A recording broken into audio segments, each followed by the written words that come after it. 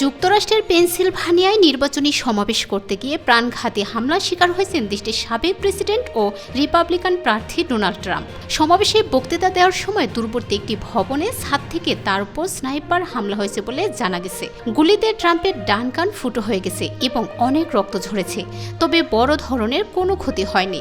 এদিকে ট্রাম্পের ওপর এই হামলার ঘটনার নিন্দা জানিয়েছেন বর্তমান মার্কিন প্রেসিডেন্ট জো বাইডেন।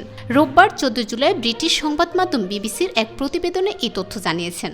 বর্তমান মার্কিন প্রেসিডেন্ট জো বাইডেন এক বিবৃতিতে বলেছেন, যুক্তরাষ্ট্রে এই ধরনের সহিংসতার কোনো জায়গা নেই। ফেডারেল এজেন্সিগুলো এই হামলার ঘটনা তদন্ত করছে। তিনি বলেন, পেনসিলভানিয়ায় ঘটে যাওয়া সহিংসতার ঘটনায় সবারই নিন্দা জানানো উচিত। আমরা কেউ এই ধরনের ঘটনা ঘটতে দিতে পারি না।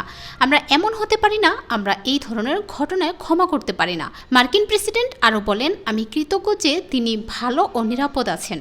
আমি তার জন্য এবং তার পরিবারের জন্য, এই সমাবেশে যারা ছিলেন তাদের জন্য প্রার্থনা করছি। আমরা আরও তথ্যের জন্য অপেক্ষা করছি। এদিকে হোয়াইট হাউসের এক কর্মকর্তা জানিয়েছেন, হামলার ঘটনার পর ডোনাল্ড ট্রাম্পের সঙ্গে কথা বলেছেন প্রেসিডেন্ট জো বাইডেন। ওই কর্মকর্তা বলেন, প্রেসিডেন্ট বাইডেন সাবেক প্রেসিডেন্ট ট্রাম্পের সঙ্গে কথা বলছেন, তবে তাদের দুজনের মধ্যে কি কথা হয়েছে সে বিষয়ে কিছু জানানো হয়নি। র্যালিতে উপস্থিত একজন প্রত্যক্ষদর্শী বিবিসিকে বলেন, গুলি শব্দ শোনার পর তারা একজন রাইফেলধারীকে ছাদে হামাগুড়ি দিতে দেখেছেন।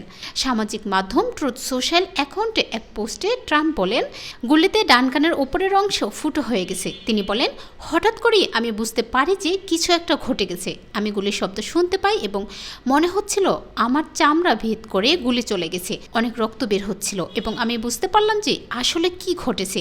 পোস্টে শেষে ট্রাম্প বলেন, ঈশ্বর আমেরিকার মঙ্গল করেন। হামলার ঘটনার সঙ্গে সঙ্গে দ্রুত ব্যবস্থা নেওয়ায় সিক্রেট সার্ভিস এবং অন্যান্য আইন প্রয়োগকারী সংস্থাগুলোকে ধন্যবাদ জানিয়েছেন ট্রাম্প।